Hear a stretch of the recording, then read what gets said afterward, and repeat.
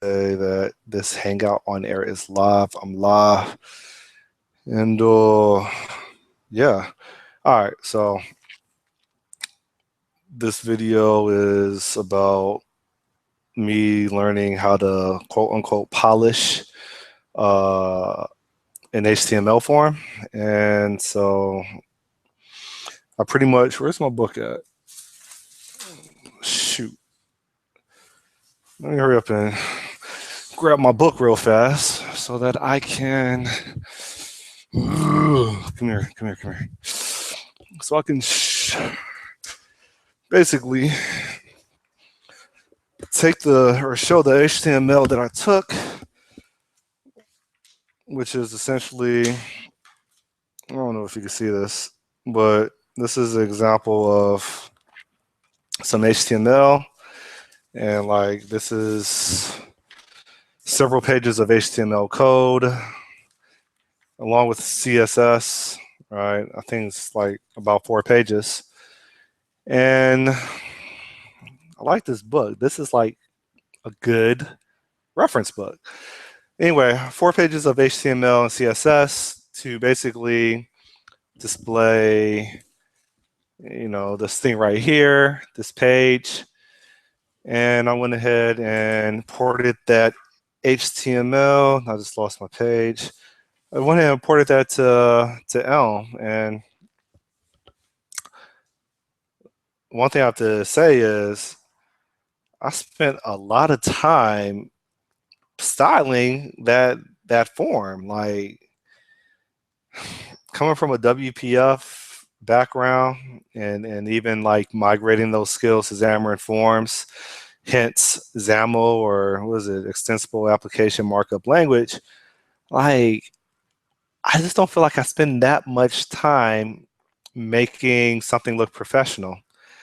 But with CSS, I feel like it is just overkill to basically polish a UI. And so maybe it's me, but I just felt like there was a lot of CSS that I had to write. And I'm just copying it, from this book. But this is just the first thing that jumped out at me as I attempt to enter this web space by abstracting away JavaScript. And I thought I could abstract away CSS too. And there's a framework, I don't know, I think it's called Elm CSS or Elm Style Sheets or something like that. It looked kind of cryptic to me, just like F Sharp did, just like Elm did. Well, Elm not as much, but more just like F Sharp did. And so I want to learn how to do things the primitive way with just having a separate CSS style sheet. And then maybe as I grow more confident, I can check out this framework with the intent of having your CSS statically checked, type checked, whatever the right term is. So anyway, let me share my screen. Share my screen. I'm getting tired. Share my screen. And where am I at? Where is this at? This, let me check this out. So this is the blog post that I just published. It's called Elm Styling a Form. And I mean, it's pretty much to the point. I have the code that I ported over for implementing the actual form, and this is basically what I derived from some HTML in a book. And I mean, I kind of get the structure now. I think I get it, right? And then here's the CSS, which keeps going and going and going and going. I was getting ready to tap out just writing all the CSS, referencing the book. I just felt like it was just too much, too detailed. I mean, yeah, I guess one can make the argument that you have the CSS is powerful, but man, it's just a lot compared to what I'm used to with XAML.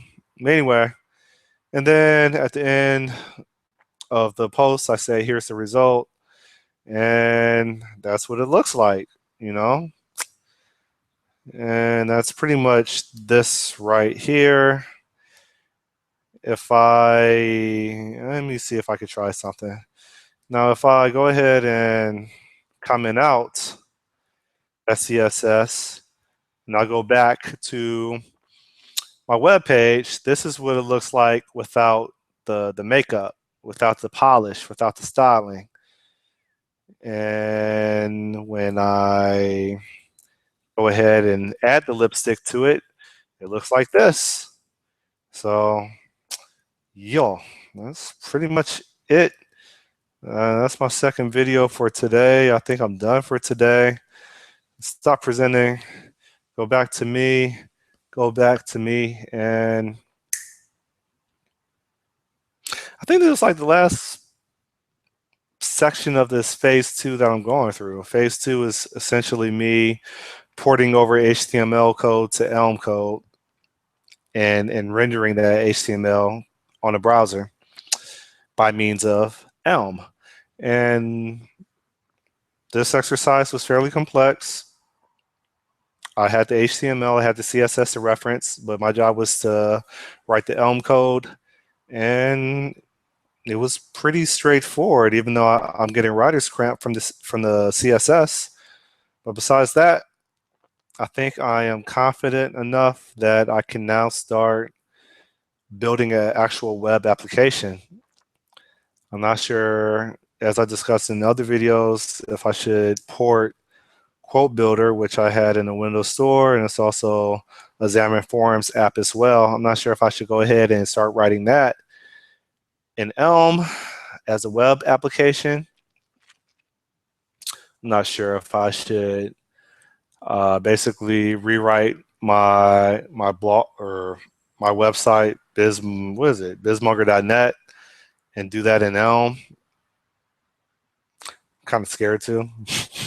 Someone else did that website for me. Shout out to Pablo, PR Yellow. He probably won't be happy if I replace his the work that he did for marketing me. So that's another possible project. Another one could be just, well, those are the only two I could think of. Anyway, but in conclusion, I think I'm ready to start building an actual web application. I'm pretty confident with Elm right now. I'm not so confident about styling, but I always look at that as more of the last 5% that probably takes 95% of the time. That's it. So, yo, let me just hurry up and kill this before I keep talking. I don't have any viewers over here, which means that I don't have any comments or questions. So I'm going to take this video, I'm going to embed it into my recent blog post on styling a form using the Elm programming language. I am tired. I'm tapping out. Adios. I'm Scott Nimrod. I'm pretty much Microsoft centric for native application development for desktop, for mobile, and also enjoy test automation. And now I'm trying to enter this web space by means of Elm. If it's now or never. So I have I don't know, a lot of I'm putting a lot of pressure on Elm to get me to where I think I need to be in order to be competitive within the software development market, because there's not that many opportunities for native application development, whether it's mobile or desktop, in comparison to web development. And so, you know, I just can't go out just being obsolete, even though there's significant mobile development gigs out there, but this will make me more competitive, and I think this will increase the probability of finding work locally here in Miami, Florida, versus me always having to pack up and go out of state for these gigs, aka contracts. So that's it. I've talked enough. Adios, te veo a ratito. I'm out. I'm gonna stop.